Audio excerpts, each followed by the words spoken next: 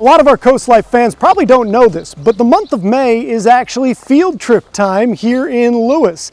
And we are at Historic Lewes, one of the best places to learn about the past.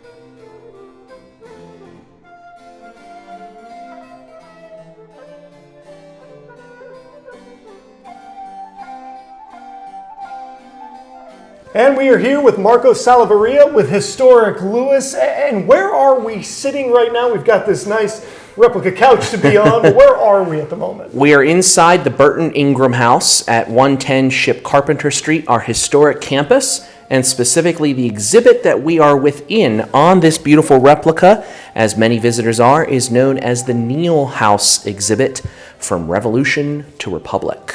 Now, we were talking before I walked in here about how it's field trip month around these parts here in Lewes. More than 2,000 kids last year went on field trips around this time.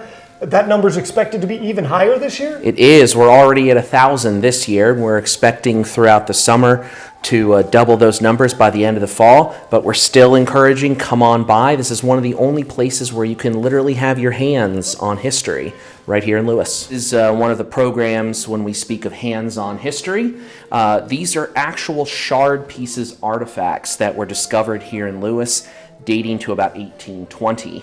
And what is very fascinating about it is we actually do have a surviving piece, a maker's mark, which shows you the lion and the unicorn of England pressed in as a seal into the back section. What students often try and do on field trips is put this plate back together. What is difficult to know is that this plate here is a replica of the original pieces. We often identify the animals around the edges, different things that the students see. The difficulty, though, of the students and better understanding history, it can't always be pieced back together completely, because with two pieces that we have here of this surviving plate, you have spode number 2 on the left, spode number 2 on the right, which means you have the remnants of many, many plates that have broken apart and been lost through time. So they're not all a perfect one-to-one puzzle match. They're not all going to go together. Correct. And the students, when they put that together and they realize, it's definitely a great moment. So for the folks that do decide to make this trip, what are they getting out of it other than maybe not having to be in class for a day? You're getting to actually experience the historic places. This is known as a Sussex County scooter made from cedar shake shingles, meaning that this home was actually picked up and moved by the Historical Society back in the 1960s.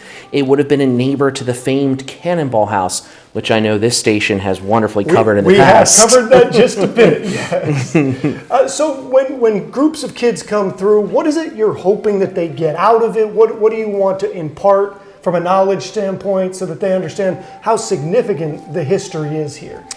It's asking questions, it's learning, it's seeing a new perspective of history. Within this home itself, we do have to recognize the beautiful replica furniture, the window dressings, the pieces that are about, that this was the home of the wealthy. But we also have to recognize that in a time of the past, this is in a maritime town. All of these items would have been transported here, and indeed they would have been paid for, quite oftentimes based upon the labor, the enslaved labor of others who occupied a very different life in the house than in where we currently sit. So really making sure people understand not just what the best of things looked like, what life was like for everybody at the time period we're talking about. Exactly. So what are some of the exhibits you like to walk kids through? What are some of the things you want them to see when they get to come out and hang out in this area? Mm-hmm. So absolutely, we have 9 historic buildings on our campus. Quite oftentimes, students will see our Midway Schoolhouse from 1898. They will visit our replica coffee house from the time of the Revolution. They will certainly, and yes, children were allowed in the tavern in the past. It's not like it is today. They didn't have a 21-year-old age limit. No, not quite the same. Discouraged, though, loud voices. But and as well, this home, to be able to see the differences not only in social strata, but the difference in evolution, Lewes is since 1631, and even prehistoric times, the settlements of the natives and indigenous individuals here, that life has evolved over time in Lewes, and life is still evolving. Our connections to our community, to our neighbors, they're alive and thriving in the first town, in the first state. So I got a couple questions here for you. For any schools that maybe want to get involved, how would they go about setting something up? It's an excellent question. Through our website, www.historiclewes.org. There is my contact as the Director of Education and Tours. I encourage folks to reach out, see our tour times available. Even if you're not coming with a field trip, bring mom, dad, grandma, grandpa, bring the family. Exactly.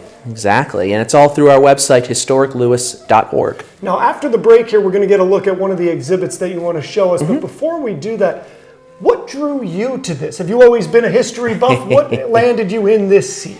I'm always seeking in education what are called transformative moments. And those are the moments where, history got its hooks in you. I was very lucky. My grandfather was a World War II veteran, Pearl Harbor survivor. He took me when I was 8 years old to meet General Washington in Mount Vernon, and my grandfather was 6'3". The interpreter at the time was 6'3". So as an 8-year-old kid, it was, "Hi, pleased to meet you." And that has just always stayed with me. Well, we love that. Always a big fan of history here on Coast Life. We're going to take a break, but don't go anywhere because we do have something we want to show you that's very special right here. A little bit about one of the exhibits. There's more Coast Life coming up after this. Coast Life, we are still talking history. We are with Historic Lewes. We've got Marcos Salaverria with us, and we're upstairs now in this same building. Where are we? What is the historic significance of the room we're in right now?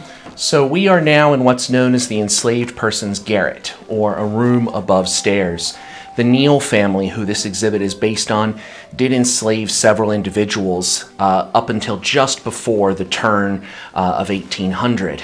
And this space, obviously, from where we just were, much smaller, much more cramped. You can see the utilitarian work, the laundry that's hanging behind us, the storage barrels and crates, the sugar that is here, showing again that in a maritime town, trade came in internationally. But for the Neal family and for many others, it came upon the backs of the labor of many individuals for life. And indeed, within this room, whenever we can put a name to someone in the past, that's our efforts. You asked me earlier, we want students to remember that people were people in the past. They lived differently, but they felt and experienced the same things. 3 women who were here, we know, would have been Alice, a mother, and her two young daughters. Alice the younger and Nance would have lived in a room of this size. And if you look around, it's not very big. You look at the beds, they're basically little more than like a mat on the floor, so you're not dealing with a lot of creature comforts in what must have been a crowded space for these 3 people. Absolutely, and certainly when crowded, when working against one's will, there's always trying to be a bit of hope. And we do know the story of Alice and her daughters, that they were emancipated, they were set free. But they were set free in a period of time when another Delaware story, and I always encourage students to read more, to read the words of people of the past. A gentleman by the name of Solomon Bailey was one of the earliest individuals known as a freedom seeker along what would later be called the Underground Railroad. So we've got tremendous historic connection in Lewes anyway. I mean, it's the first town in the first state, we know that. But things like this really put into perspective the reality of what people of that time period were living in. It's one thing to say it. It's another thing to walk by a building or two. I think it adds a whole different layer, especially for young people that may not know the backstory, to get to be in these buildings and see firsthand what it might have felt like. Try to imagine what 3 people living in this small room might have been like at that time. Absolutely. And it really is, again, using the replicas that we have, that students can put their hands on history. They can understand a physical connection, that this is not just a plate, this is not just a trunk, this is not just shipping. These are things that once existed and we've recreated to show them what it would have been like in one small way. Well, I think it's a great way to teach some of the lessons of history, to teach the reality of history. And if folks do want to come out, I know we talked about it in the first block. Again, how do they contact you? How would they get involved in case they want to bring a class, a family, if they just want to go by themselves? HistoricLewes.org, our website, and we have a tours section, and we also have within that a section for field trips and for group tours. So whether you are young or young at heart, there is something for you to learn here in the first town, in the first state. And I think that last part is really important. There is something for you to learn. Even if you are steeped in history, you're going to find out something new when you come down to this site here in Historic Lewes. So make sure, if you're interested at all, if you got any questions about this kind of thing, come check it out. It is really a great opportunity and something that's not available to everybody everywhere. We've got more Coast Life coming up after the break.